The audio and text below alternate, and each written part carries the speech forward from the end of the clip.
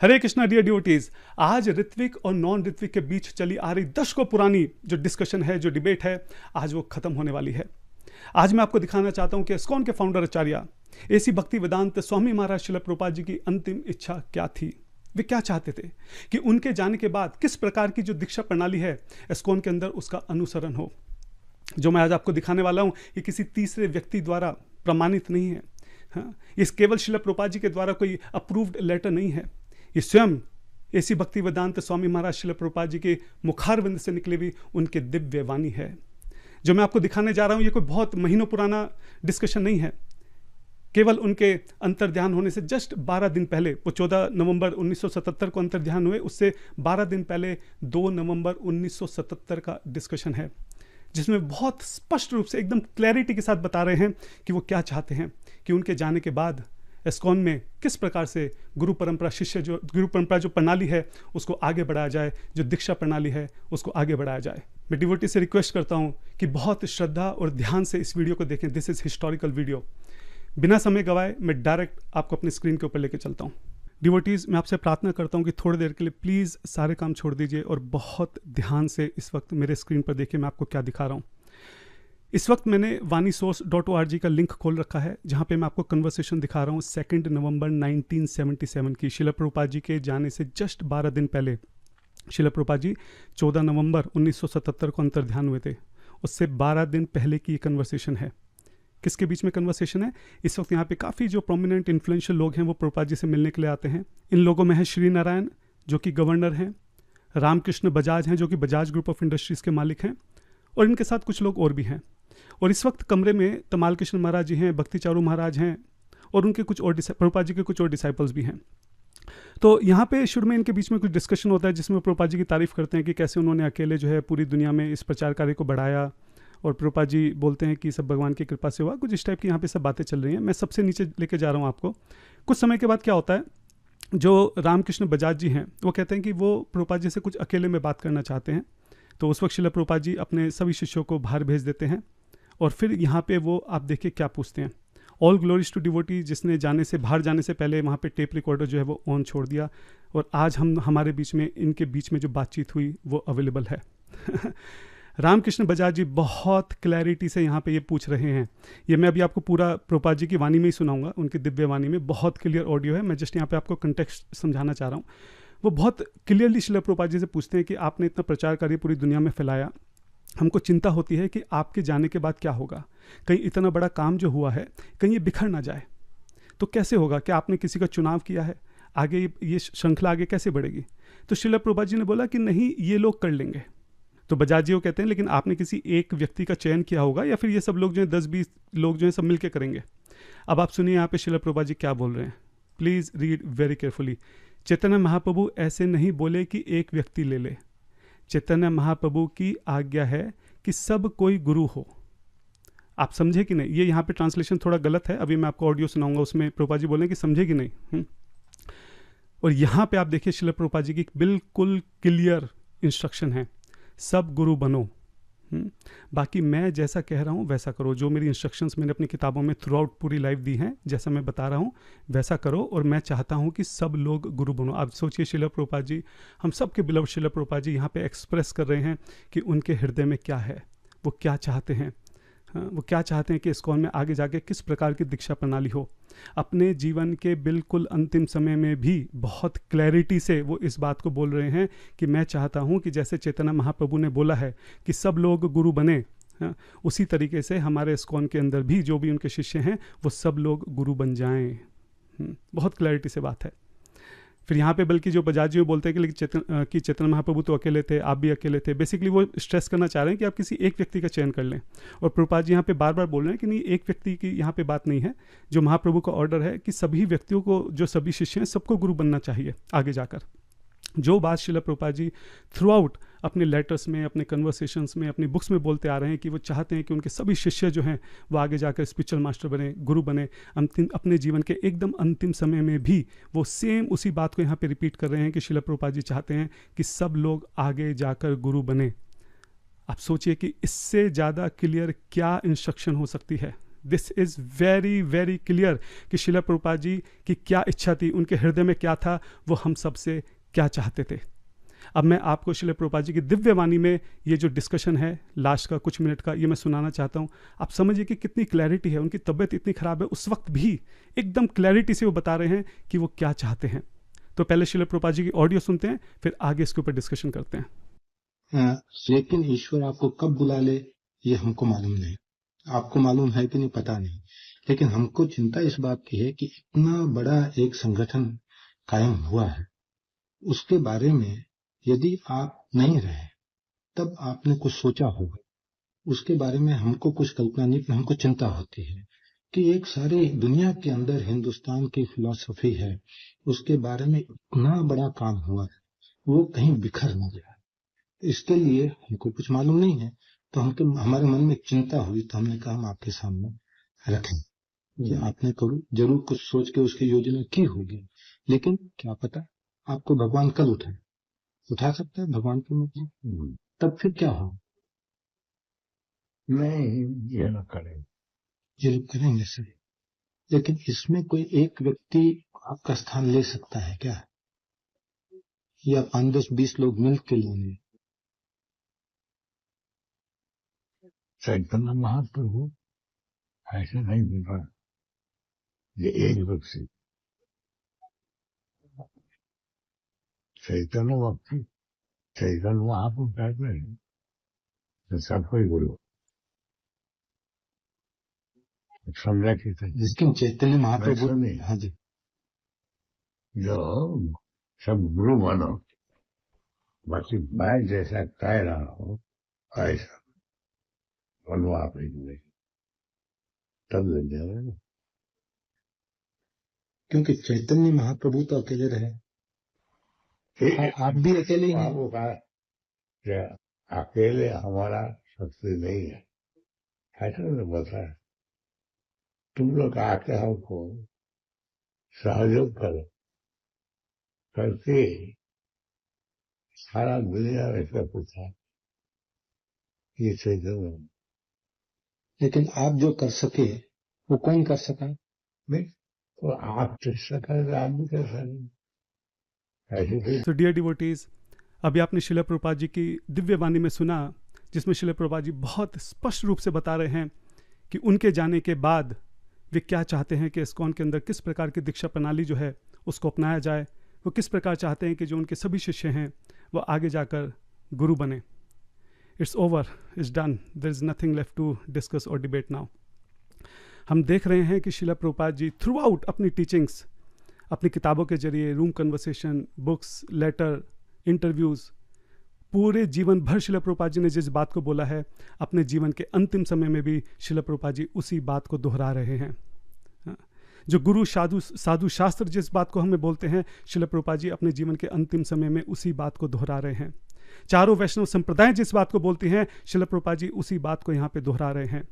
चाहे वो शिला प्रभुपाद जी के गॉड ब्रदर्स हों या उनके शिष्य हों, सभी लोगों ने एक स्वर में एक ही बात हमेशा बोली है कि किस प्रकार ये जो परंपरा है ये हमेशा आगे चलती रहती है, और शिला प्रभुपाद जी अंतिम समय में भी उसी बात को यहाँ पर दोहरा रहे हैं।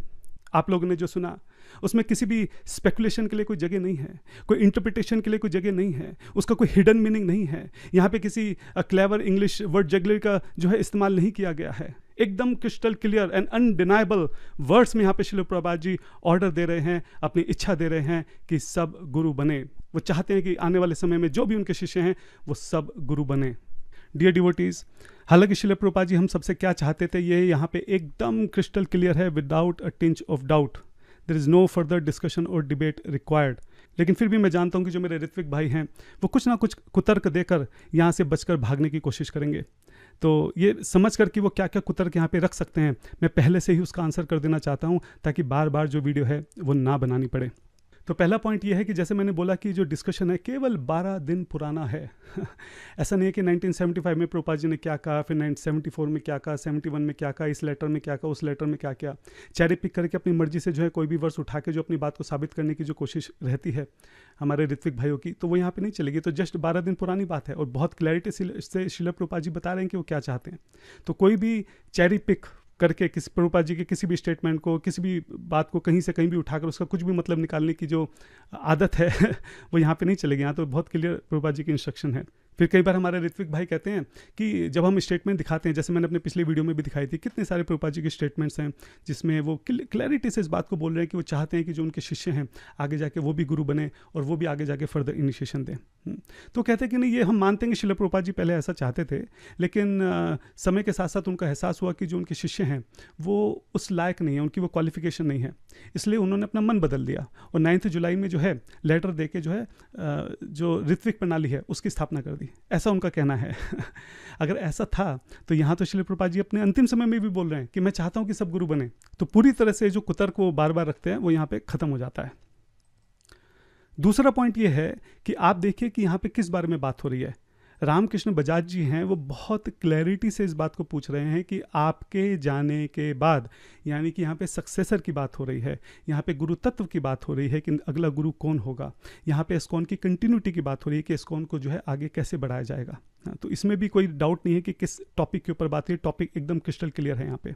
तीसरा पॉइंट, ये जो गुरु परंपरा की बात यहाँ पर चल रही है, आप सोचिए कि श्रील प्रभुपाद जी जाते जाते भी सेम इंस्ट्रक्शन दे रहे हैं, उनकी इंस्ट्रक्शन बदली नहीं है। इसी डिस्कशन में अगर हम ऊपर जाते हैं तो आप देखेंगे श्रील प्रभुपाद जी 4.2 और 4.3 जो वर्स है, 4.2 एवं परंपरा प्राप्तम और 4.3 सा एवं मया तेध्या, इसके ऊपर डिस्कशन करें और ये मेन वर्स हैं जिसमें इस बारे में बताया गया है कि गुरु परंपरा को आगे कैसे बढ़ाया जाए। और यहाँ पे आप देखिए श्रील प्रभुपाद जी दोबारा से उनकी थिंकिंग बदली नहीं है और बहुत क्लैरिटी से वो इस बात को बोल रहे हैं कि पुरातना ये जो सिस्टम है ये ओल्ड सिस्टम है, पुरातना, नो न्यू सिस्टम। ठीक है, नया सिस्टम हमें नहीं लाने की ज़रूरत है। आजकल के जो लोग हैं वो नए नए सिस्टम लेके आ जाते हैं, इसकी ज़रूरत नहीं है। जो सिस्टम पुराना चला आ रहा है उसी को चलाना है। हाँ, परंपरा से होने से पुरातन होगा, परंपरा में जब हम रहेंगे उसी से पुरातन वो कहलाया जाएगा।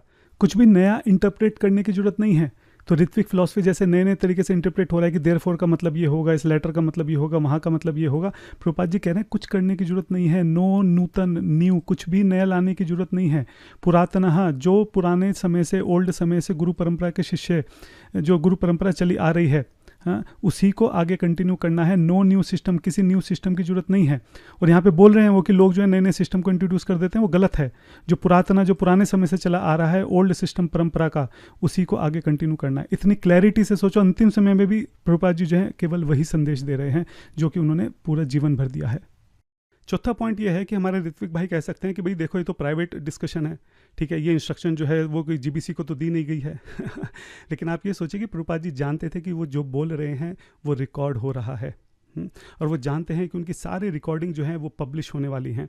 वो जानते थे कि उनकी जो रिकॉर्डिंग है वो आने वाले इस्कॉन की लीगेसी में रखी जाएंगी, मतलब उनकी हर एक बात को, जो भी वो बोल रहे हैं, हर एक शब्द को जो है रिटर्न में पब्लिश किया जाएगा। ठीक है, वो बहुत अच्छे से इस बात को जानते थे। और अगर वो इस बात को जानते थे तो अगर उन्होंने सच में ऋत्विक जो व्यवस्था है उसको रखा होता तो कभी भी यहाँ पे काउंटर बात नहीं करते, ताकि जो है कन्फ्यूजन ना क्रिएट हो जाए।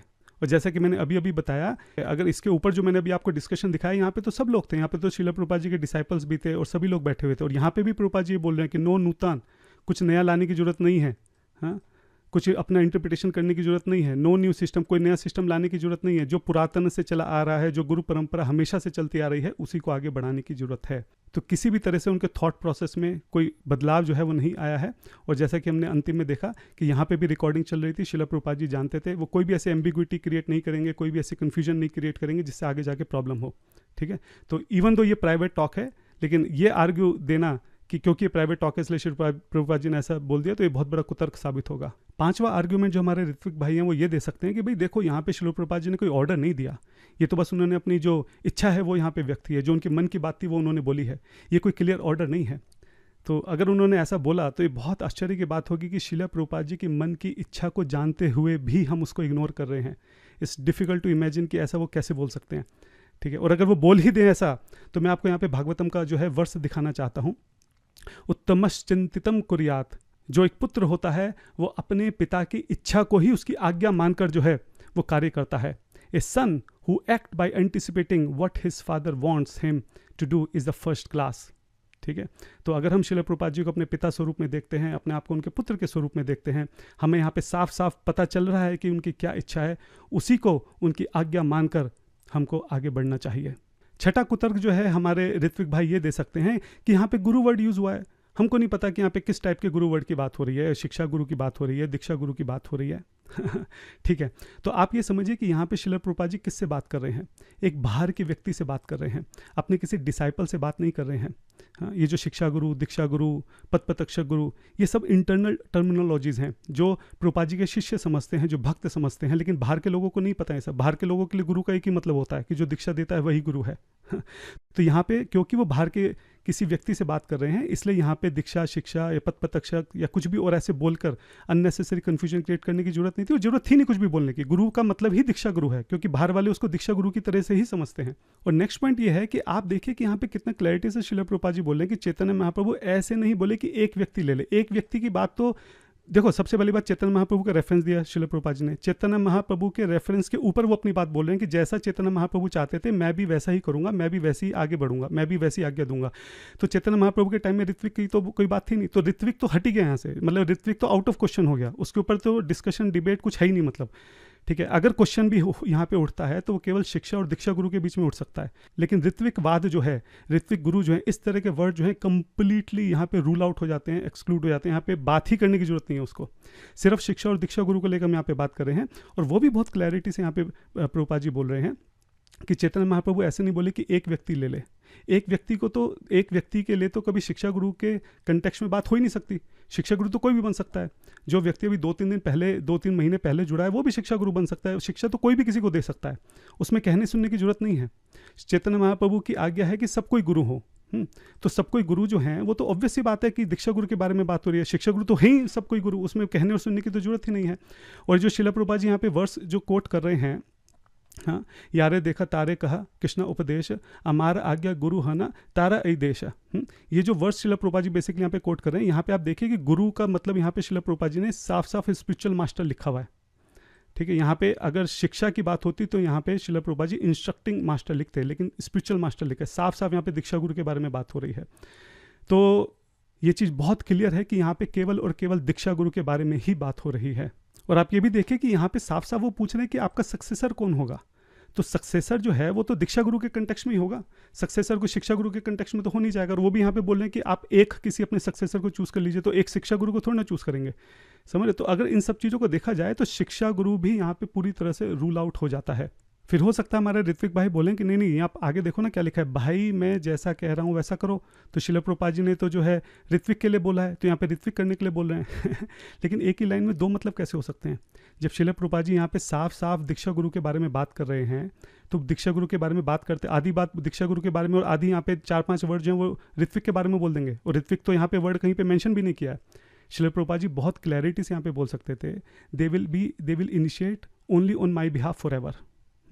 मैंने जो है कुछ ऋत्विक आचार्यों का चयन किया है और मेरे बिहाफ पे वो हमेशा मेरे लिए आगे दीक्षा देते रहेंगे, बोल सकते थे, लेकिन नहीं बोला। ऋत्विक का तो यहाँ कुछ एक शब्द भी यहाँ पे किसी तरह से ऋत्विक के बारे में नहीं आया। फिर हो सकता है हमारे ऋत्विक भाई ये कुतर्क करें कि क्योंकि वो बाहर के व्यक्ति थे, गेस्ट थे, श्रील प्रभुपाद नहीं चाहते थे कि उनको वो ऐसा बताएं कि भाई जैसे उनके शिष्य जो हैं वो अभी रेडी नहीं हैं, क्वालिफाइड नहीं हैं, तो बाहर के व्यक्ति को सारी बात नहीं बोलना चाहते थे। लेकिन ये तो 2 नवंबर का लेटर है, उससे पहले श्रील प्रभुपाद जो ऑलरेडी डिक्लेयर कर चुके हैं ऋत्विक के हिसाब से। तो 9 जुलाई को जो लेटर है वो तो पूरी दुनिया को श्रील प्रभुपाद जी बता चुके हैं कि उनके जाने के बाद क्या सिस्टम होगा ऋत्विक के हिसाब से। तो जब बता ही चुके हैं तो फिर यहाँ पे बताने में क्या दिक्कत है गेस्ट को, क्योंकि वो तो पहले डिक्लेयर कर चुके हैं। तो जो ये कुतर्क है ये भी यहाँ पे नहीं चलेगा। तो जो भी कुतर्क जो है हमारे ऋत्विक भाई मुझे लगता था दे सकते हैं, वो मैंने सब यहाँ पे क्लैरिफाई कर दिए हैं। कुछ नया कुतर्क लेके आएंगे तो उसको भी आगे क्लैरिफाई कर देंगे। लेकिन यहाँ पे इसके बाद अब कोई किसी तरह का डाउट, किसी तरह का क्वेश्चन, किसी तरह का डिस्कशन, डिबेट, किसी चीज़ की जरूरत नहीं है। एकदम क्रिस्टल क्लैरिटी से श्रील प्रभुपाद जी ने यहाँ पे जो अपनी डिज़ायर है वो हमारे सामने रख दी है कि उनके अंतर्ध्यान होने के बाद वो क्या चाहते हैं कि किस तरीके से दीक्षा प्रणाली आगे बढ़े। और जैसा कि मैंने बोला इसी डिस्कशन में ऊपर भी श्रील प्रभुपाद जी बार बार एक ही बात कर रहे हैं कि कोई नए सिस्टम की जरूरत नहीं है। जो लोग हैं वो नया सिस्टम इंट्रोड्यूस कर देते हैं, वो गलत है। हमको जो पुरातन है वही चाहिए, नो नूतन, किसी नई चीज़ की जरूरत नहीं है। तो ऋत्विक जैसे किसी भी नई चीज़ की जरूरत नहीं है। श्रील प्रभुपाद जी यहाँ पे भी बहुत क्लैरिटी से अभी अपने सभी डिसाइपल्स के साथ, अपने सभी गेस्ट के सामने जो है इस बात को बोल रहे हैं। और मैं आपको गारंटी से बात बोल रहा हूँ, हम जानते हैं कि अगस्त से नवंबर के बीच में कई सारी टेप्स जो हैं वो मिसिंग हो गई हैं। श्रील प्रभुपाद जी बार बार बोल रहे थे कि मैं ऑर्डर दूंगा कि तब तुम गुरु बनना, और वो ऑर्डर उन्होंने पक्के से दिया होगा, लेकिन समहाउ वो जो टेप है वो मिसिंग हो गई है। लेकिन एनीवे जो चीज़ हमारे पास नहीं है उसके ऊपर हम अपना एविडेंस या अपनी बात नहीं रख सकते हैं। जो है उसी में हम अपनी बात को सिद्ध करने का प्रयास कर रहे हैं। और यहाँ पे तो खैर सिद्ध करने के लिए कुछ बचा ही नहीं है, ये तो एकदम क्रिस्टल क्लियर शिला प्रभुपाद जी ने क्लैरिटी से एकदम बता ही दिया कि वो क्या चाहते हैं। तो यहाँ पे फिर से मैं अपने ऋत्विक भाइयों को ये बात बोलना चाहता हूँ कि ये कोई हस्ताक्षर किया हुआ या अप्रूव किया हुआ कोई पत्र नहीं है, कोई टाइप किया हुआ मेमो नहीं है। ये स्वयं हमारे शिला प्रभुपाद जी की आवाज़ है, ये स्वयं उनके शब्द हैं जो कि बिल्कुल स्पष्ट हैं। हमारे पास जो ऑडियो फाइल है वो एकदम क्रिस्टल क्लियर है, इसको कोई तोड़ मरोड़ नहीं सकता है, इसको कोई नकार नहीं सकता है। और जिस भक्त ने भी यहाँ पे इस रिकॉर्डिंग को ऑन छोड़ दिया था, मैं जाने से पहले एक बार फिर से उसको बार बार दंडवत प्रणाम करता हूँ। वो नहीं जानता कि उसने जो वहाँ पे एक बटन दबाया था उसके कारण आज यहाँ कितना बड़ा ऋत्विकवाद का जो खंडन है स्वयं शिला प्रभुपाद जी जो हैं अपनी दिव्य वाणी से यहाँ पे कर रहे हैं। तो जो लोग खूब चिल्ला चिल्ला कर बोलते हैं कि हम तो शिला प्रभुपाद जी के अलावा किसी को नहीं जानते, किसी को नहीं मानते, हम तो शास्त्रों की बात भी नहीं मानेंगे, हाँ हम तो शिला प्रभुपाद जी के लिए फेनेटिक्स हैं, हम तो जो वो कहते हैं वही करेंगे, हम तो उनकी इच्छा के अनुसार चलेंगे, हैं जी। हाँ, तो यहाँ पे आपको दिख रहा है कि शिला प्रभुपाद जी की क्या इच्छा है। अब देखते हैं कि शिला प्रभुपाद जी की इच्छा जानने के बाद भी आप उस पर चलते हैं कि नहीं चलते हैं। तो डिवोटीज अभी अभी हमने जो देखा उसको देखने के बाद और जो सुना उसको सुनने के बाद अब कुछ कहने सुनने की ज़रूरत नहीं है। अब कोई फर्दर डिस्कशन डिबेट किसी चीज़ की ज़रूरत नहीं है। It's done, it's over, everything is crystal clear है। लेकिन जो हमारे ऋत्विक भाई हैं उन्होंने मेरी पिछली वीडियो के ऊपर कुछ प्रश्न उठाए हैं, वैलिड प्रश्न हैं। जो भक्त बाई चांस पहली बार इस वीडियो को देख रहे हैं मैं उनके लिए बता दूं कि यहाँ पे मैं एक वीडियो आपको भेज दूंगा, नीचे फर्स्ट कमेंट और डिस्क्रिप्शन में भी दे दूंगा। अभी कुछ ही दिन पहले मैंने एक वीडियो रिलीज़ करी थी जिसमें मैंने बताया था कि पूरी ऋत्विक फिलॉसफी जिस एक लेटर के ऊपर बेस्ड है, 9 जुलाई का लेटर, उस लेटर के अंदर कितनी स्पेलिंग मिस्टेक हैं, ग्रामेटिकल मिस्टेक हैं, मल्टीपल इंटरप्रिटेशंस हैं, उसके अंदर ऐसी ऐसी कंडीशंस हैं जो शिला प्रभुपाद जी के डिपार्चर के बाद संभव ही नहीं है। दर्जनों मैंने वहाँ पे उसके एविडेंस दिए थे। और एक बात मैंने यहाँ पे बोली थी उस वक्त कि जो 9 जुलाई का लेटर है वो 28 मई से कनेक्टेड नहीं है बल्कि 7 जुलाई से कनेक्टेड है। तो उसी के ऊपर उनका एक प्रश्न है, बहुत वैलिड प्रश्न है कि 9 जुलाई के लेटर के ऊपर साफ साफ लिखा हुआ है कि when we recently when GBC members met, और इस वजह से उसको हम 7 जुलाई से नहीं बल्कि 28 मई से कनेक्ट करेंगे। तो बहुत वैलिड क्वेश्चन है, जिनको समझ में नहीं आ रहा अभी मैं स्क्रीन पर दिखाऊंगा तो समझ में आ जाएगा। दूसरा जो हमारे कुछ ऋत्विक भाई हैं वो जो हैंस फॉरवर्ड वर्ड यूज़ हो रहा है 9 जुलाई में उससे ऊपर नहीं उठ पा रहे हैं। उनका कहना है कि नहीं, हैंस फॉरवर्ड का मतलब कि आज से अभी से और हमेशा के लिए, और यहाँ पे एकदम क्लैरिटी से बात हो रही है, हम एकदम लिटरल मीनिंग लेंगे, कंटेक्स्ट को हम कुछ नहीं समझेंगे। तो उनके हैंस फॉरवर्ड वर्ड को भी मैं यहाँ पे दिखाऊंगा कि शिला प्रभुपाद जी ने कैसे उस हैंस फॉरवर्ड वर्ड को खुद जो है अलग अलग लेटर्स में यूज़ किया है और वहाँ पर बहुत कॉन्टेक्चुअली उसको यूज़ किया है। ठीक है, तो ये 2 प्रश्न मुझे लगता है कि बहुत वैलिड है। बाकी छोटे छोटे प्रश्न हैं, अगर समय मिला तो उसको एंड में करेंगे। तो सबसे पहले मैं आपको अपनी स्क्रीन पे लेकर चलता हूँ और हम लोग जो उनके प्रश्न हैं उसका उत्तर करते हैं। Once again I request all devotees to please look at my screen. और मैं आपसे प्रार्थना करता हूँ कि आप बहुत ध्यान से, बहुत सतर्क होकर इसको देखें, क्योंकि टेक्निकल है, कन्फ्यूजिंग है। अगर ध्यान से नहीं देखेंगे तो फिर कन्फ्यूजन क्रिएट हो सकती है। आप मेरे स्क्रीन पर देख रहे हैं, यहाँ पे उल्टे हाथ पे मैंने 7 जुलाई का जो कन्वर्सेशन है तमाल कृष्ण महाराज जी और प्रभुपाद जी के बीच में वो खोल रखा है। राइट हैंड साइड में आप देख सकते हैं कि मैंने 9 जुलाई का लेटर खोल रखा है। ये वही एक लेटर है जिसके ऊपर पूरी ऋत्विक फिलॉसफी जो है वो बेस्ड है। और मैं एक बार फिर से आपको बताना चाह रहा हूँ कि इस लेटर में दर्जनों गलतियाँ हैं, स्पेलिंग है, मल्टीपल इंटरप्रिटेशन है, ग्रामर है, बहुत सारी गलतियाँ हैं। और ये सारी गलतियाँ मैंने अपनी पिछली वीडियो में मेंशन करी हैं। सेम चीज़ मैं यहाँ पे रिपीट नहीं करना चाहता हूँ। तो जो हमारा क्वेश्चन है सीधा उसी के ऊपर मैं फोकस करना चाहता हूँ। क्वेश्चन क्या है? क्वेश्चन ये है कि पिछली वीडियो में मैंने ये तर्क रखा था कि जो 9 जुलाई का लेटर है ये 7 जुलाई की कन्वर्सेशन के साथ आपस में लिंक है। एक्चुअली इन दोनों की बिल्कुल क्लियर 1-to-1 मैपिंग है। जो यहाँ पे बात चल रही है एग्जैक्टली वही सेम यहाँ सब कुछ लेटर में लिखा हुआ है। लेकिन हमारे ऋत्विक भाइयों का कहना है कि नहीं, ऐसा नहीं है। 9 जुलाई का जो लेटर है वो 28 मई की कन्वर्सेशन के साथ लिंक है। और इसके लिए वो एक एविडेंस देते हैं क्योंकि यहाँ पे शुरू में जीबीसी मेंबर्स के बारे में मेंशन किया गया है, जो कि 28 मई में ऊपर हम देख सकते हैं जीबीसी मेंबर। ठीक है, तो इसके ऊपर हम आएंगे और इसका भी हम लोग खंडन करेंगे। लेकिन उससे पहले मैं आपको जरा एक बार दिखाना चाहता हूँ कि आप देखिए कि कितना क्लियर 1-to-1 इन दोनों के बीच में मैपिंग है। तो उससे आपको समझ में आ जाएगा कि एक्चुअली ये दोनों आपस में कनेक्टेड हैं। एक बार दोबारा से बताता हूँ कि 7 जुलाई में क्या कन्वर्सेशन हो रहा है। बहुत आसान भाषा में 7 जुलाई में तमाल कृष्ण महाराज जी प्रभुपाद जी के पास आकर कहते हैं कि प्रभुपाद जी, हमारे पास जो इनिशिएशन की रिक्वेस्ट हैं वो पेंडिंग होती जा रही हैं। बात यह है, मैं एक बार दोबारा से यहाँ पे रिपीट कर देता हूँ, जो पिछली वीडियो में भी मैंने बताया था कि इससे पहले क्या होता था। इससे पहले जो भी इनिशिएशन की रिक्वेस्ट हैं वो शिला प्रभुपाद जी को भेजी जाती थी।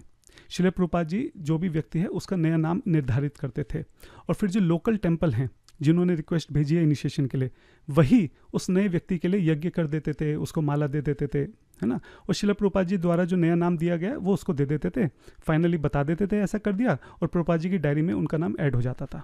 ये प्रोसेस जो है अभी तक चलता आ रहा था, और ये व्यक्ति जो इस तरह से दीक्षा देते थे प्रभुपाद जी के बिहाफ पे, इनको ऋत्विक कहते थे। तो ये पहले से चला आ रहा था। अभी बात ये हो रही है कि शिला प्रभुपाद जी के डिसाइपल्स को ऐसा लगता है कि शिला प्रभुपाद जी की तबीयत ऑलरेडी बहुत ख़राब है, और जब वो नए शिष्यों को अपनाते हैं तो उनके कर्म जो हैं वो अपने ऊपर ले लेते हैं, तो उनकी तबीयत और ख़राब ना हो जाए। इसलिए तमाल कृष्ण महाराज जी ने फिलहाल जो उनके पास रिक्वेस्ट आ रही थी उनको अपने पास ही रखा, शिला प्रभुपाद जी तक नहीं जाने दिया, है ना। ये सारी बात यहाँ पे तमाल कृष्ण महाराज जी बता रहे हैं, आप रोक के इसको पढ़ सकते हैं। लेकिन अब वो जो रिक्वेस्ट हैं तमाल कृष्ण महाराज जी के पास, वो धीरे धीरे इकट्ठी होती जा रही हैं, धीरे धीरे बहुत सारी हो गई हैं। तमाल कृष्ण महाराज को समझ नहीं आ रहा कि करना क्या है, ऐसे तो इकट्ठी होती चली जाएंगी आगे। तो अपनी इस प्रॉब्लम को लेकर वो प्रभुपाद जी के पास जाते हैं और सेम प्रॉब्लम वो यहाँ पे रखते हैं कि क्या करना है।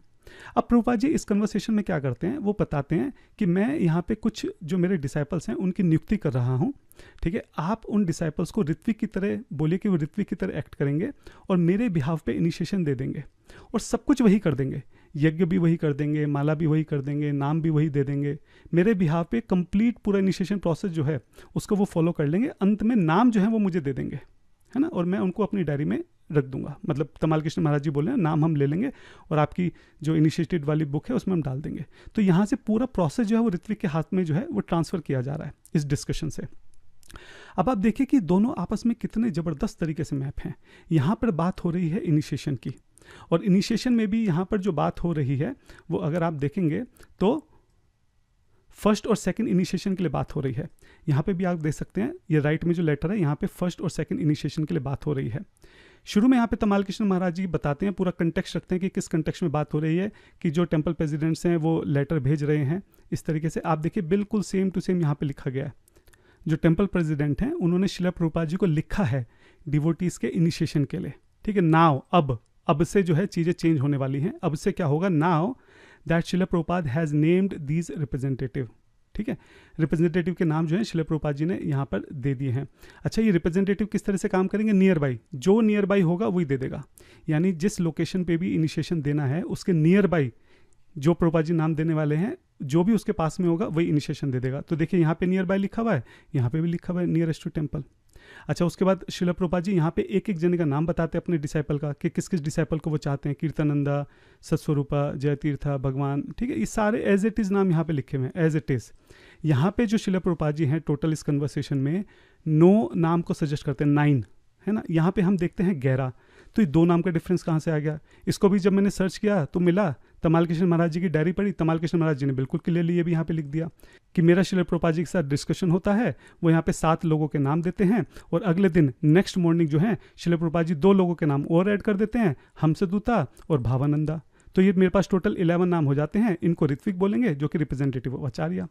अब आप सोचिए कितना जो तमाल कृष्ण महाराज जी हैं जो शिला प्रभुपाद जी से डिस्कस कर रहे हैं, वो खुद इस बात को बोल रहे हैं कि मेरा तमाल कृष्ण महाराज जी से मेरा शिला प्रभुपाद जी से डिस्कशन हुआ कि इनिशिएशन कैसे देने हैं। उन्होंने ये 9 नाम जो है सजेस्ट करे, अगले दिन 2 और कर दिए, तो टोटल 11 हो गए, और मेरा ये 11 जो है ऋत्विक रिप्रेजेंटेटिव बन गए। वो सेम चीज़ यहाँ पे आप देख सकते हैं। यहाँ पे अगर आप गिन लो बैठ के, लिंक तो आपके पास है, टोटल यहाँ पे 9 नाम हैं, 2 नाम अगले दिन उन्होंने दिए होंगे, तो टोटली 11 नाम यहाँ पे आ गए जो इस लेटर में लिखे हुए हैं। दीक्षा देने के बाद क्या करना है वो भी यहाँ पे बहुत क्लैरिटी से बता दिया कि दीक्षा देने के बाद जो नाम है वो फाइनल शिला प्रभुपाद जी को दे देना है, और जो उनकी इनिशिएटेड वाली बुक है उसमें उसका नाम एंटर हो जाएगा। वही सेम चीज़ यहाँ पे लिख दी कि दीक्षा देने के बाद जो नाम है वो रिप्रेजेंटेटिव जो नाम है वो शिला प्रभुपाद जी को भेज दें, वो जो उनकी इनिशिएटेड वाली डिसाइपल की बुक है उसमें एंटर हो जाएगा। आप अगर इसको खोल के देखेंगे ना, ये दोनों की 1-to-1 मैपिंग है। मतलब एग्जैक्टली जो बात यहाँ पे बोली गई है 7 जुलाई को, जिस बारे में डिस्कशन चल रहा है, जो नाम बोले गए हैं, नियर बाई है, मुझे नाम वापस कर दो मैं बुक में सेंड कर दूंगा, हर एक चीज़ एग्जैक्टली वर्ड बाय वर्ड यहाँ पे आप 9 जुलाई के लेटर में देख सकते हैं। इसलिए मैं आपको बोल रहा हूँ कि ये दोनों जो है 7 जुलाई की कन्वर्सेशन और 9 जुलाई का लेटर, ये आपस में कनेक्टेड हैं। और जैसा कि मैंने आपको दिखाया, तमाल किशन महाराज जी की बुक है, तमाल किशन महाराज जी डायरी, ये मेरे पास वर्ड फॉर्मेट में है, बट इसका भी लिंक मैं नीचे डाल दूंगा, आप इसको खोल के पढ़ सकते हैं। तमाल किशन महाराज जी स्वयं इस बात को बोल रहे हैं कि आज सुबह मेरी शिला प्रभुपाद जी से बात हुई, उन्होंने 9 नाम दिए, और नेक्स्ट दिन मेरी बात हुई तो शिला प्रभुपाद जी ने 2 नाम और दे दिए, ये 11 नाम हो गए, और इनको ऋत्विक रिप्रेजेंटेटिव बोल रहे हैं, क्लियरली बोल रहे हैं कि नेक्स्ट मॉर्निंग, दिस मॉर्निंग मतलब 7 तारीख, फिर नेक्स्ट मॉर्निंग बात हुई मतलब 8 तारीख, और उसके अगले दिन जो है ये 11 लेटर के साथ, 11 डिवोटीज के साथ लेटर रिलीज हो गया। उसमें क्या कंफ्यूजन है? 7 जुलाई, 8 जुलाई और 9 जुलाई को लेटर है, बिल्कुल क्लियर है। तो जिसने शिला प्रभुपाद जी के साथ डिस्कशन किया यहाँ पे, तमाल किशन महाराज, और तमाल किशन महाराज ने ही ये लेटर लिखा है अपनी किताब में भी, वो क्लियरली बोल रहे हैं कि 7 तारीख को मेरा डिस्कशन हुआ, और उसके बाद 8 तारीख को 2 नाम और मिले, और 9 तारीख को मैंने लेटर लिख दिया। तो ये मतलब बियॉन्ड डाउट है कि ये दोनों जो हैं आपस में कनेक्टेड हैं। और क्योंकि यहाँ पे 7 जुलाई को एक टेम्परेरी प्रॉब्लम के बारे में बात हो रही है, उसका एक टेम्परेरी सोल्यूशन जो है ये 9 जुलाई का लेटर है। ये कोई इटर्नल लेटर नहीं है, ये कोई ऐसा लेटर नहीं है जिसके बल के ऊपर शिला प्रभुपाद जी जो है पूरी फिलॉसफी को चेंज करने वाले हैं, जो ये लोग क्लेम करते हैं। अब प्रश्न यहाँ पे उठता है, उनका प्रश्न ये है कि यहाँ पे साफ साफ लिखा हुआ है कि recently when all the GBC members were with the divine grace in Vrindavan Shila, ठीक है। तो ये कह रहे हैं कि यहाँ पे लिखा तो हुआ है कि जीबीसी मेंबर्स जब सारे मिलकर शिला प्रभुपाद जी से मिले वृंदावन में, ठीक है, लेकिन ये जो रूम कन्वर्सेशन है ये तो सिर्फ तमाल किशन महाराज जी की है, तो इसमें सारे जीबीसी मेंबर तो है ही नहीं, सारे जीबीसी मेंबर तो यहाँ पर हैं, ये जो 28 मई का कन्वर्सेशन है, इसलिए ये जो लेटर है ये 28 मई के साथ कनेक्टेड है, ये पॉइंट है उनका। तो ऋत्विक भाइयों ने जो आर्ग्यूमेंट दिया ना, इससे बात समझ में आ रही है कि शायद वो ये ठीक से नहीं समझ पा रहे हैं कि ये जो हेडिंग यहाँ पे रखी गई है ये कैसे रखी गई है, ये हेडिंग यहाँ पे आई कैसे। तो जब वृंदावन में या कहीं पे भी जब जहाँ पे भी शिला प्रभुपाद जी थे, जो भी उनकी रिकॉर्डिंग्स होती थी वो लॉस एंजलिस भेजी जाती थी। लॉस एंजलिस जो था वो हेडक्वार्टर था, और वहाँ पे जब डिवोटीज़ हैं धीरे धीरे उसका जो है ट्रांसक्रिप्शन करते थे, और ये कई हफ्तों से, महीनों से, सालों तक में जाके हुआ है, ठीक है। तो अब जो डिवोटीज ट्रांसक्रिप्शन कर रहे हैं उनको नहीं पता कि इस दिन यहाँ पे जो डिस्कशन हुआ उसमें कौन था या कौन नहीं था। अगर ये जो डिस्कशन है ये पढ़ने के बाद उनको कुछ समझ में आता है तो वो उसकी हेडिंग डाल देते हैं, और अगर पढ़ने के बाद समझ में नहीं आता है तो सिंपल रूम कन्वर्सेशन या फिर ऐसा कुछ डाल देते हैं। जैसे कि अगर हम बाकी देखें ट्रांसक्रिप्ट, ठीक है, तो किसी एक पर्टिकुलर इंसान के साथ डिस्कशन हो रहा है, इसका नाम है तो यहाँ पे डाल दिया रूम कन्वर्सेशन विद एलाइस, ठीक है। कहीं नहीं समझ में आ रहा है तो ऐसे जनरल डाल दिया रूम कन्वर्सेशन, ठीक है। जहाँ समझ में आ रहा है वहाँ डाल दिया, जहाँ समझ में नहीं आ रहा है उसको जनरिक छोड़ दिया। तो अगर आप ये देखें जो 7 जुलाई का कन्वर्सेशन है ये तमाल किशन महाराज जी और प्रभुपाद जी के बीच में हो रहा है फिलहाल यहाँ पे, ये कोई पूरी टेप नहीं है। अगर आप देखें जो इसकी पहली लाइन है इससे पहले भी डिस्कशन हुआ है, ये जो हमारे पास रिकॉर्डिंग है पूरी नहीं है। Everything was probably in their books, ये कुछ बात चल रही है यहाँ पे, तो पिछली रिकॉर्डिंग नहीं है। इसी तरह अगर हम अंत में आ जाएं यहाँ पे, okay shall I send the kirtana party Shila Prabhupada, यहाँ पे प्रश्न पूछ रहे हैं, आगे की रिकॉर्डिंग है नहीं कि शिला प्रभुपाद जी ने क्या कहा। तो जिसने इसका ट्रांसक्रिप्शन करा है उसको नहीं पता कि यहाँ पे कौन है, जीबीसी के मेंबर्स हैं, क्या है। उसके पास ये सिर्फ थोड़ी सी 10 मिनट की रिकॉर्डिंग है जिसमें तमाल किशन महाराज जी और प्रभुपाद जी बात कर रहे हैं, इसलिए वो यहाँ पे लिख नहीं सकता है कि जीबीसी की रिकॉर्डिंग है क्या है। उसने सिंपल लिख दिया कि रूम कन्वर्सेशन, जिस डिवोटी ने भी ये ट्रांसक्राइब करा होगा। लेकिन हम इस बात को रूल आउट नहीं कर सकते कि इस डिस्कशन में तमाल किशन महाराज जी के अलावा और भी जीबीसी के मेंबर्स रहे होंगे। दूसरी बात, उस वक्त जो जीबीसी के मेंबर्स थे वो वृंदावन में थे, और ऐसा नहीं है कि सिर्फ उनकी एक ही मीटिंग हुई शिला प्रभुपाद जी के साथ। अगर आप ये कन्वर्सेशन खोल के पढ़ेंगे जुलाई के अराउंड की, ठीक है, मई जून जुलाई, ये जो 3 महीने की आप कन्वर्सेशन खोल के पढ़ेंगे या फिर उसके बाद की भी, तो आप देखेंगे कि अलग अलग जीबीसी के मेंबर्स जो हैं वो अलग अलग बार शिला प्रभुपाद जी से मिले हैं। कई बार सब मिल के मिले हैं, कई बार उसमें से कुछ मिले, कई बार 2-3 मिले, 5-7 मिले, कई बार कोई एक ही मिला, इस टाइप से कन्वर्सेशंस हैं। थर्ड पॉइंट मैं ये बोलना चाह रहा हूँ कि आप देखिए यहाँ पे जो है रिसेंटली वर्ड का यूज़ हुआ है।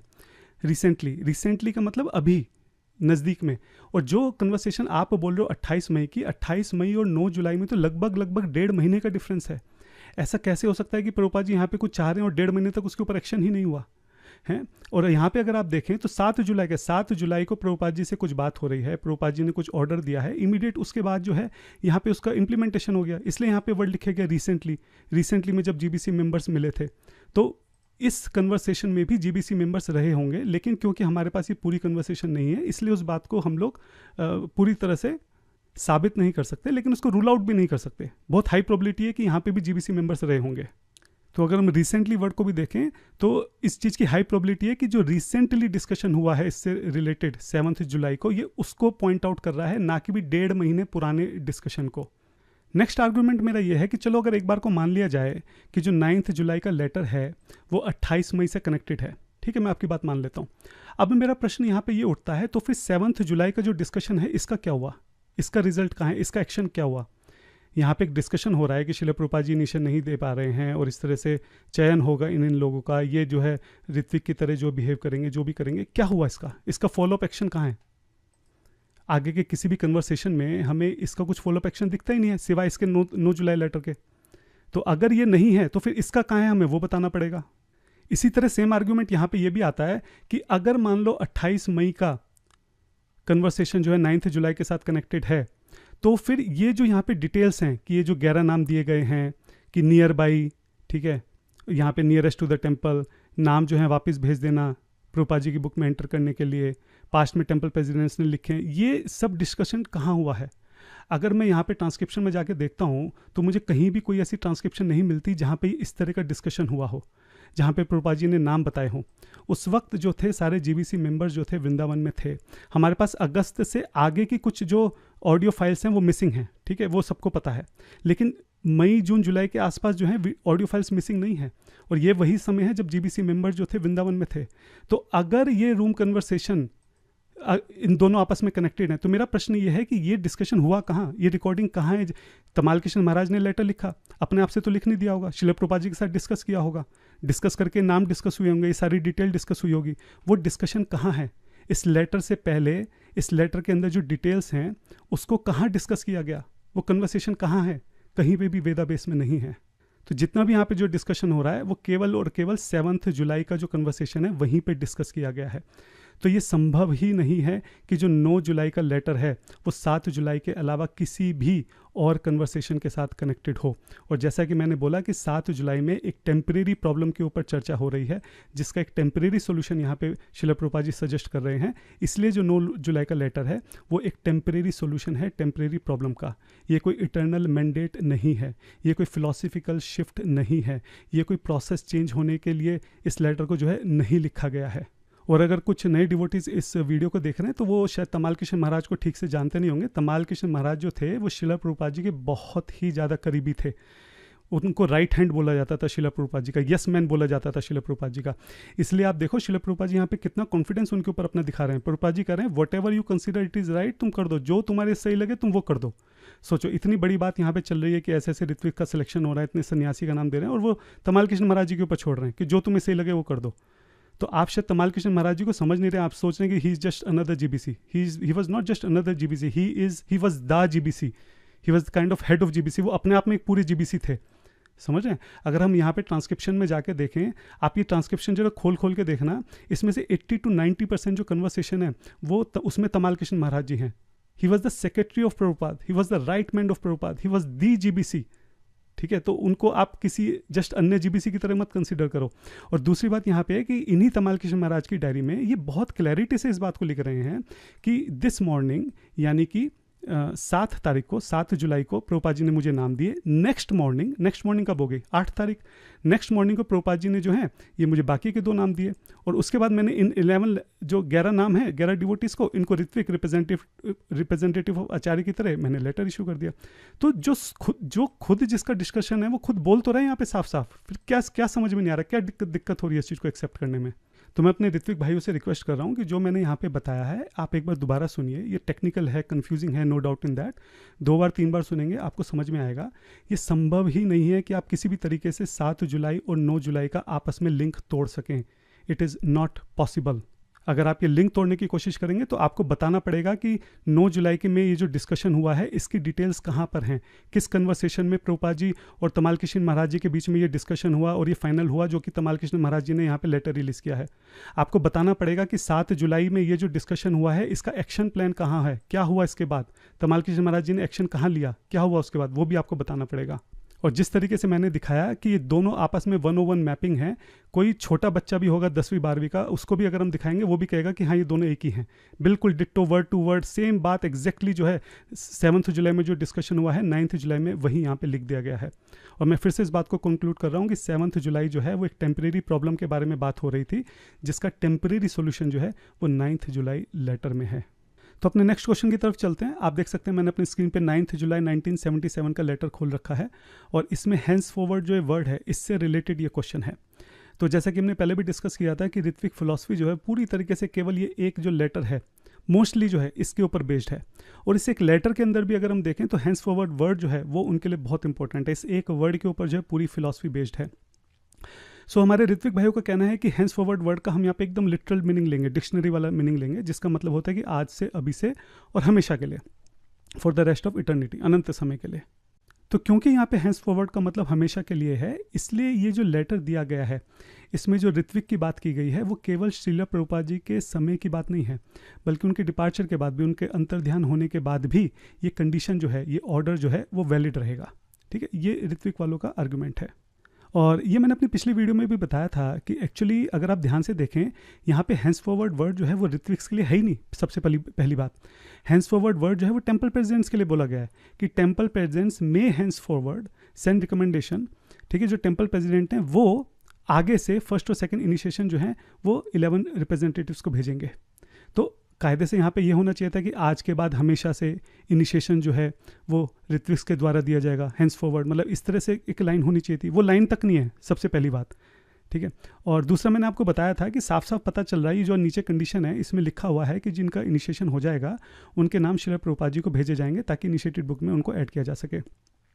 तो ऑब्वियसली बात है, ये श्रील प्रभुपाद जी को कब कैसे भेजोगे तुम श्रील प्रभुपाद जी के बाद? तो ये कंटेक्चुअल है, ये साफ साफ पता लग रहा है कि ये जो इंस्ट्रक्शन है वो श्रील प्रभुपाद जी के समय के लिए दी गई है, क्योंकि ये इंस्ट्रक्शन जो इनवैलिड है, ये प्रभुपाद जी के डिपार्चर के बाद करना पॉसिबल ही नहीं है। तो एक लेटर में ऐसी कोई इंस्ट्रक्शन क्यों ऐड करेंगे जो कि श्रील प्रभुपाद जी के बाद जाने के बाद पॉसिबल नहीं है? तो इसका मतलब हैंस फॉरवर्ड जो है वो इसलिए होगा कि जब तक श्रील प्रभुपाद जी इस धरा पर हैं। लेकिन उनका कहना है कि नहीं, हम वो सब नहीं मानेंगे, हम जो है इसका लिटरल मीनिंग लेंगे और वही मानेंगे। कंटेक्स्ट से हमको कोई मतलब नहीं है, यहाँ पे किस कंटेक्स्ट में बात हो रही है, जैसे मैंने बोला 7 और 9 जुलाई का आपस में, उससे किसी से कोई मतलब नहीं है।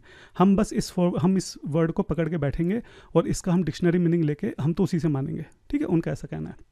चलो ठीक है, अभी क्या है, मैं आपको एक और लेटर दिखाता हूँ यहाँ पे श्रील प्रभुपाद जी का। ये लेटर है 23 मार्च 1971 का। आप देखिए यहाँ पे श्रील प्रभुपाद जी भी हैंस फॉरवर्ड वर्ड यूज़ कर रहे हैं। ठीक है, क्या बात चल रही है यहाँ पे, वो अपने जो उनके शिष्य हैं चंदन आचार्य, उनको बता रहे हैं कुछ कि बीटीजी और जो भागवतम के कैंटोज हैं उसके प्रिंटिंग से रिलेटेड मैसेज है। प्रभुपाद जी कह रहे हैं कि आप जल्दी जल्दी प्रिंट कीजिए। ठीक है, सेकंड और थर्ड कैंटो को आप जल्दी से ख़त्म कीजिए। मैंने जो है फोर्थ कैंटो की ऑलरेडी जो है यहाँ पे स्टार्ट कर दिया है, एडिटिंग करना मैंने जो है दोबारा से इस रिकॉर्डिंग जो है वो मैंने यहाँ पे स्टार्ट कर दिया है ना, हैंस फॉरवर्ड। इसलिए अब आप क्या करिए, मैं आपको अब यहाँ ध्यान से पढ़िए एक लाइन, ये आप, henceforward I shall be supplying material for all cantos and you must do the rest, editing, layout, printing etc. मैं आपको सभी कैंटो का जो मटेरियल है, जो मैं रिकॉर्ड कर रहा हूँ, जो भी है वो मैं आपको प्रोवाइड करता रहूँगा। आप बचा हुआ सारा काम आप करते रहिए, एडिटिंग, लेआउट, प्रिंटिंग। अब आप मुझे बताइए कि यहाँ पे हैंस फॉरवर्ड जो है क्या उसका मतलब हमेशा के लिए माना जाए जो प्रभुपाद जी ने यूज़ किया है? मतलब क्या प्रभुपाद जो है for rest of the eternity, अनंत समय के लिए इन कैंटो का जो मटेरियल है वो सप्लाई करने वाले हैं और अनंत समय के लिए जो हमारे चंदन आचार्य हैं वो एडिटिंग, लेआउट, प्रिंटिंग करने वाले हैं? क्या इसका ये मतलब है, या इस बात का ये मतलब है कि जब तक इन कैंटो का, जब तक ये सारे कैंटो ख़त्म नहीं हो जाते, ठीक है, जो भी 12 स्कंद हैं, श्रील प्रभुपाद जी चाह रहे हैं कि उसकी एडिटिंग, लेआउट, प्रिंटिंग करी जाए। आप बताइए कैसे इस वर्ड का मतलब यहाँ पे अनंत समय के लिए यूज़ हो सकता है?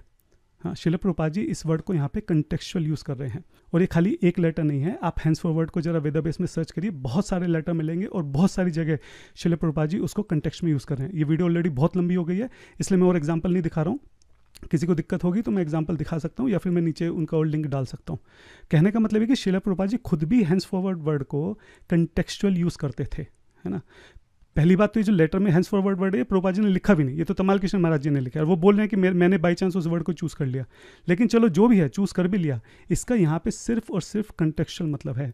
जो 7 जुलाई में टेम्प्रेरी प्रॉब्लम है उसका यहाँ पे टेम्प्रेरी सॉल्यूशन है। और इस सारी बात जो है श्रील प्रभुपाद जी जब तक यहाँ पर हैं, धरती पर थे, तब तक के लिए हो रही है, जो कि इस लास्ट जो लाइन है उससे भी सिद्ध होती है। और हैंस फॉरवर्ड मतलब जो है वो एक कंटेक्चुअल कंटेक्स्ट में यहाँ पे जो है उसका एक तरह से यूज़ किया गया है। और ऐसा पहली बार नहीं हुआ, और भी बहुत सारे लेटर ऐसे हैं जिसमें श्रील प्रभुपाद जी हैंस फॉरवर्ड को एक कंटेक्स्ट के रूप में जो है उसका इस्तेमाल करते हैं। तो हैंस फॉरवर्ड की प्रॉब्लम यहाँ पे ख़त्म हो जाती है। आज के बाद आप अपनी किसी भी वीडियो में ऐसा मत बोलिएगा कि जो हैंस फॉरवर्ड है वो तो हमेशा हमेशा के लिए है। ठीक है, हमने देख लिया है कि यहाँ पे हैंस फॉरवर्ड जो है वो सिर्फ एक कंटेक्स्ट के रूप में यूज़ किया गया है कि जब तक श्रील प्रभुपाद इस धरा पर हैं तब तक ये इंस्ट्रक्शन जो है वो वैलिड है। तो ऋत्विक फिलॉसफी से संबंधित तो यही 2 मुख्य प्रश्न जो है मुझे दिखाई दिए थे ऋत्विक भाइयों की तरफ से।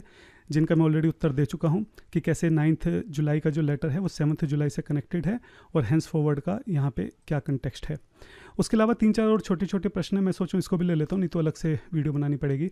तो अगर आप मेरे स्क्रीन पर देख रहे हैं, इस वक्त मैं यहाँ पे भगवत गीता, जो हमारी Bhagavad Gita as it is है श्रील प्रभुपाद जी की, उसके इंट्रोडक्शन सेक्शन में हूँ। और यहाँ पे अगर हम बिल्कुल अंत में जाएंगे तो हम देखेंगे यहाँ पे हमारे आचार्यों के नाम दिए गए हैं। तो ऋत्विक भाइयों का प्रश्न है कि यहाँ पे हमारे 33वें आचार्य क्यों नहीं हैं, ये हमने श्रील प्रभुपाद जी को यहाँ पे रोक ही क्यों दिया। 33-34 हमारे तो यहाँ हंड्रेड्स ऑफ गुरुज हैं, तो उन सबके नाम क्यों नहीं है, या फिर किसी का भी नाम क्यों नहीं है यहाँ पे। इसका मतलब हम भी ऋत्विक को मानते हैं। अब ये सच में थोड़ा बच्चे वाला क्वेश्चन था, इतना अच्छा क्वेश्चन नहीं था, लेकिन मुझे सरप्राइज़ हुआ कि और भी कई लोगों ने प्रश्न पूछना शुरू कर दिया, तो मैं यहाँ पे इसको क्लैरिफाई कर देता हूँ। हम जानते हैं कि ये जो आचार्यों के नाम यहाँ पे दिए गए हैं, ये एक्चुअली शिक्षा गुरु हैं, शिक्षा प्रणाली है, ये दीक्षा नहीं है। हाँ, हम जानते हैं भक्ति सिद्धांत सरस्वती महाराज ने हमको ये लिस्ट दी थी, और हम ये भी जानते हैं भक्ति विनोद ठाकुर महाराज के जो गुरु हैं वो जगन्नाथ दास बाबा जी नहीं थे, विपिन बिहारी जी थे। इसी तरह गौरकिशोर दास बाबा जी के गुरु भी भक्ति विनोद ठाकुर नहीं थे। ठीक है, तो ये शिक्षा प्रणाली है, तो दीक्षा नहीं है। ऐसा जरूरी नहीं है कि श्रील प्रभुपाद जी के जो डिसाइपल हैं उनका नाम यहाँ पे ऐड किया जाए। ठीक है, दूसरी बात, अगर आप थोड़ा जीबीसी रिजोल्यूशन देखें तो श्रील प्रभुपाद जी के इस्कॉन के अंदर बहुत स्पेशल पोजीशन है। Srila Prabhupada ji is not just any other acharya in the parampara. ठीक है, श्रील प्रभुपाद जी जो हैं वो हमारे फाउंडर आचार्य हैं, वो हमारे प्रोमिनेंट शिक्षा गुरु हैं। इसका अर्थ ये है कि जब तक इस्कॉन रहेगा तब तक भक्ति वेदांत स्वामी महाराज श्रील प्रभुपाद जी ही हमारे शिक्षा गुरु रहेंगे। इसके आगे किसी के भी नाम की जरूरत नहीं है।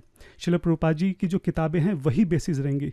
श्रील प्रभुपाद जी के जो डिसाइपल्स हैं या जो उनके डिसाइपल्स हैं या आने वाली जितनी भी जनरेशन्स हैं, वो हमेशा श्रील प्रभुपाद जी की किताबों को ही अपना बेस बनाकर वहीं से शिक्षा ग्रहण करेंगे और उसी शिक्षा का आगे प्रचार करेंगे।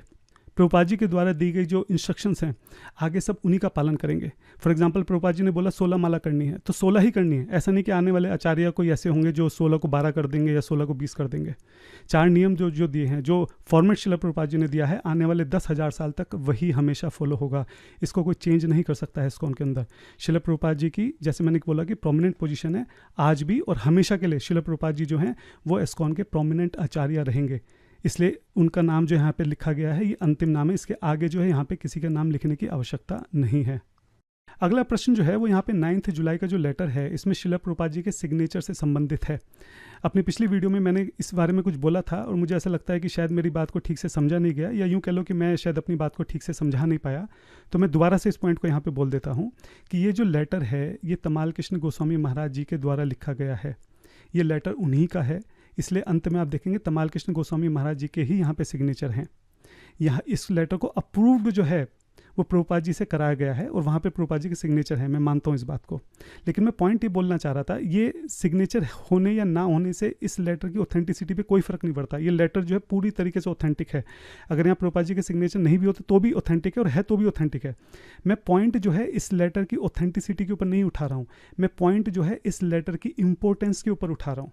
मेरा जो मेन पॉइंट था, जो इथोस था, वो इस बात के ऊपर था कि अगर ये लेटर इतना इंपॉर्टेंट था तो श्रील प्रभुपाद जी को अपने हाथ से लिखना चाहिए था। अगर वो अपने हाथ से नहीं लिख पा रहे थे तो उनको डिक्टेट कम से कम करना चाहिए था, और डिक्टेट करके कायदे से यहाँ जो मेन सिग्नेचर हैं वो श्रील प्रभुपाद जी को करने चाहिए थे कि ये जो इंस्ट्रक्शन है वो श्रील प्रभुपाद जी की तरफ से जा रही हैं। जबकि ऐसा नहीं हुआ। श्रील प्रभुपाद जी ने इसकी भी जरूरत नहीं समझी। तमाल कृष्ण महाराज जी ने इस लेटर को लिखा, उन्होंने ही साइन किए, यहाँ पे उन्हीं के ही साइन है, और वो बोलते हैं कि मैंने बाद में अप्रूव्ड करा लिया भक्ति वेदांत महाराज जी से, ताकि उनकी बात को बल मिल सके, ताकि बाकी सब जीबीसी और पूरी दुनिया में जो भी टेम्पल प्रेसिडेंट्स हैं वो उनकी बात को सीरियसली लें। मतलब वो बिना साइन कराए भी काम चल सकता था, लेकिन उन्होंने केवल करा लिया साइन कि चलो ठीक है, उनकी बात को लोग सीरियसली लेंगे। लेकिन एक्चुअली में अगर ये इतनी इंपॉर्टेंट इंस्ट्रक्शन होती, यहाँ पे श्रील प्रभुपाद जी अगले 10,000 साल के लिए पूरा प्रोसेस बदलने वाले थे, तो वो खुद इस लेटर को डिक्टेट करते, और ये जो मेन साइन है यहाँ पे वो श्रील प्रभुपाद जी के होते। आई होप मैंने अपनी बात को यहाँ पे क्लैरिटी से रख दिया है कि लेटर की ऑथेंटिसिटी के ऊपर प्रश्न नहीं है, लेटर की इंपॉर्टेंस के ऊपर जो है वो प्रश्न है। उसके बाद अगर आप मेरा स्क्रीन देख रहे हैं तो हरे कृष्णा संगा ग्रुप के अंदर ये एक छोटे प्रभु जी हैं, मेरे छोटे भाई, इन्होंने अति उत्साह में आकर यहाँ पे एकदम वीडियो बना दिया कि किस तरीके से जो टेप्स हैं उनको जो है जला दिया गया, हटा दिया गया, वो मिस हो गई हैं, और टेप जो हैं वो ऑल्टर्ड हो गई हैं। और उन्होंने बोल दिया कि 28 मई का जो कन्वर्सेशन है यहाँ पे, उसमें जो ग्रैंड डिसाइपल वर्ड यूज़ हुआ है, ये ग्रैंड डिसाइपल वर्ड जो है ये बाद में ऐड किया गया है। ये जो ग्रैंड डिसाइपल वर्ड आप देख रहे हैं ना अपने स्क्रीन पे, ये बाद में ऐड कर दिया, ये पहले नहीं था। इस तरह के क्लेम्स, बड़े बड़े क्लेम्स जो हैं उन्होंने यहाँ पे आके कर दिए। तो पहले मैं ग्रैंड डिसेबल वर्ड को यहाँ पे इसी का एक बार जवाब दे देता हूँ। तो ये जो टेप है इसमें कोई दो राय नहीं है कि ये थोड़ा कंट्रोवर्शियल है। इस टेप के साथ एडिटिंग हुई है और इसके कई सारे अलग अलग वर्जन हैं। एक्चुअली इसके 8 अलग अलग वर्जन हैं जिसमें थोड़े थोड़े से चेंजेस हैं। तो अगर मैं आपको अपनी स्क्रीन पे दिखाऊं तो आप ये देख सकते हैं एक्सेल शीट, ठीक है। इस एक्सेल शीट में इसके जो 8 अलग अलग वर्जन हैं इस टेप के वो दिए गए हैं, ठीक है। और अगर आप देखें यहाँ पे ग्रैंड डिसाइपल जो प्रभु जी ने यहाँ पे क्लेम किया है कि ग्रैंड डिसाइपल वर्ड को ऐड किया गया है, एक्चुअली में आप कोई भी इसमें अगर वर्जन उठा के देख लेंगे तो ग्रैंड डिसाइपल वर्ड हर एक वर्जन में मिलेगा। आप ये देख रहे हैं यहाँ पे ये 8 अलग अलग वर्जन है, 8 वर्जन के अंदर ग्रैंड डिसाइपल है। यहाँ पे भी ग्रैंड डिसाइपल है, यहाँ पे भी ग्रैंड डिसाइपल है। ग्रैंड डिसाइपल थोड़ा अलग अलग करके है लेकिन ग्रैंड डिसाइपल है, ठीक है। कन्फ्यूजन जो है ग्रैंड डिसाइपल से पहले जो वर्ड आया है ही और ही इज़, उसमें कन्फ्यूजन है। कहीं पे ही इज़ लिखा हुआ है, कहीं पे हिज लिखा हुआ है, ठीक है। लेकिन ग्रैंड डिसाइपल वर्ड जो है उसमें कहीं कोई, उसमें 8 टेप में वो चीज़ बराबर है।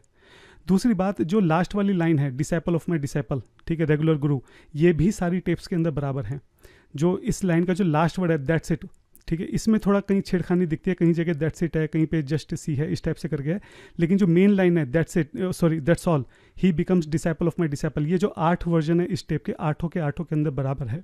तो हमारा जो मेन आर्ग्यूमेंट है कि श्रील प्रभुपाद जी ने जो वर्ड यूज़ किया है disciple of my disciple, grand disciple, चाहे आप इस टेप का कोई भी वर्जन उठा के देख लो, वो सबके अंदर यहाँ पे दिया हुआ है। अब बात करते हैं मिसिंग टेप्स के बारे में। तो ये जो पूरा प्रोसेस डिफाइन है कि कैसे श्रील प्रभुपाद जी की जो दिव्य वाणी है कैसे उसको रिकॉर्ड किया जाए, कैसे उसको प्रिजर्व किया जाए और बाद में कैसे उसको ट्रांसलेट किया जाए, ट्रांसक्राइब किया जाए, ये पूरा प्रोसेस जो है श्रील तमाल कृष्ण गोस्वामी महाराज जी ने इसको डिफाइन किया था। तो होता ये था कि जो रिकॉर्डिंग होती थी, महाराज जी प्रयास करते थे कि श्रील प्रभुपाद जब भी कुछ बोलें तो वो रिकॉर्ड हो, और इन रिकॉर्डेड जो कैसेट्स हैं, इन कैसेट्स को यहाँ से जो है लॉस एंजलिस भेजा जाता था। और लॉस एंजलिस में जो है फिर वहाँ पे धीरे धीरे आने वाले कुछ हफ्तों में, महीनों में, सालों में धीरे धीरे उसको जो है फिर ट्रांसक्राइब किया गया था। तो श्रील प्रभुपाद जी की लास्ट की जो कुछ टेप्स हैं, अगस्त, सितंबर, अक्टूबर, नवंबर, ये जो लास्ट की 3-4 महीनों की जो टेप्स हैं, इसमें कुछ टेप्स मिसिंग हैं। और उसका कारण ये है कि जब इन टेप्स को जो है लॉस एंजलिस भेजा गया, उसके बाद जो श्रील प्रभुपाद जी हैं वो डिसअपेयर हो गए। तो जो लॉस एंजलिस के जो भक्त लोग हैं वो बहुत विरह महसूस कर रहे थे। वो जानना चाहते थे कि आखिरी दिनों में क्या हुआ। आज के समय की तरह तो नहीं था उस वक्त कि कैमरे लगे हुए हैं, यूट्यूब चैनल है, रिकॉर्डिंग हो रही है, देख रहे हैं, या फोटो, मोबाइल, कुछ भी नहीं था उस वक्त। हाँ, सिर्फ वो इमेजिन कर सकते थे कि वहाँ पे क्या हो रहा होगा। तो जब उनको खबर मिली कि श्रील प्रभुपाद जी ऐसे ऐसे डिपार्चर कर गए हैं इस भौतिक संसार से, तो जानना चाहते थे कि आखिरी समय में क्या हुआ, प्रभुपाद जी ने क्या कहा, क्या बात हुई। तो वहाँ पे जो लॉस एंजलिस में टेप्स थी, तो वहाँ की जो लोकल कांग्रेगेशन थी उन टेप्स को घर ले जाकर सुनने लगी। अब ये वहाँ पे जो भी एडमिन थे जिनके भी हाथ में टेप थी, उनकी गलती है कि उन्होंने लोकल जो कांग्रेगेशन है उनको वो टेप ले जाने दी और ढंग से उसकी लिखा पढ़ी भी नहीं की। तो कौन टेप लेके जा रहा है, कब लेके गया, कब वापस करके गया, इसका कोई ढंग से रिकॉर्ड मेंटेन नहीं किया गया। और उसी कारण जो है बहुत सारी टेप जो है वो वहाँ पे मिस हो गई। और उस वक्त वृंदावन में इतनी अफरा तफरी मची हुई थी, प्रभुपाद जी की तबीयत इतनी ख़राब थी, लोग रोज़ जो है बड़े बड़े लोग मिलने के लिए आ रहे थे, सारी जीबीसी वहाँ पे आई हुई थी, बहुत चीज़ों के ऊपर डिस्कशन चल रहा था कि क्या करना है, कैसे करना है। सब लोग बहुत एकदम यंग थे, 20-25 साल थे। इतनी अफरा तफरी में जो तमाल कृष्ण गोस्वामी जी महाराज हैं वो ढंग से इस बात को मतलब देख नहीं पाए कि वो टेप मैंने भेजी है लॉस एंजलिस, वो ठीक तो है, क्या हो रहा है, क्या नहीं हो रहा। और इतनी देर में वहाँ पे टेप मिस हो गई। और जब तमाल कृष्ण महाराज जी को इस बारे में पता चला, इमीडिएट उन्होंने वहाँ पे इंस्ट्रक्शन दी कि जो आप टेप इशू कर रहे हो कांग्रेगेशन को, बिल्कुल इसको रोका जाए, उसको प्रिजर्व करके सील करके उसको रखा जाए। ये बहुत दिव्य है, श्रील प्रभुपाद जी की दिव्य वाणी है, ये बहुत प्रीशियस है, इसको ऐसे किसी को बांट नहीं सकते हैं। लेकिन अनफॉर्चुनेटली तब तक काफ़ी सारी टेप जो है वो वहाँ पे मिस हो चुकी थी। मैं आपसे एक बार फिर से रिक्वेस्ट करूंगा कि जब हम किसी सिचुएशन को समझते हैं तो उस समय में जाकर उसको समझना पड़ता है हमको। हम इस वक्त जो है 1970s की बात कर रहे हैं।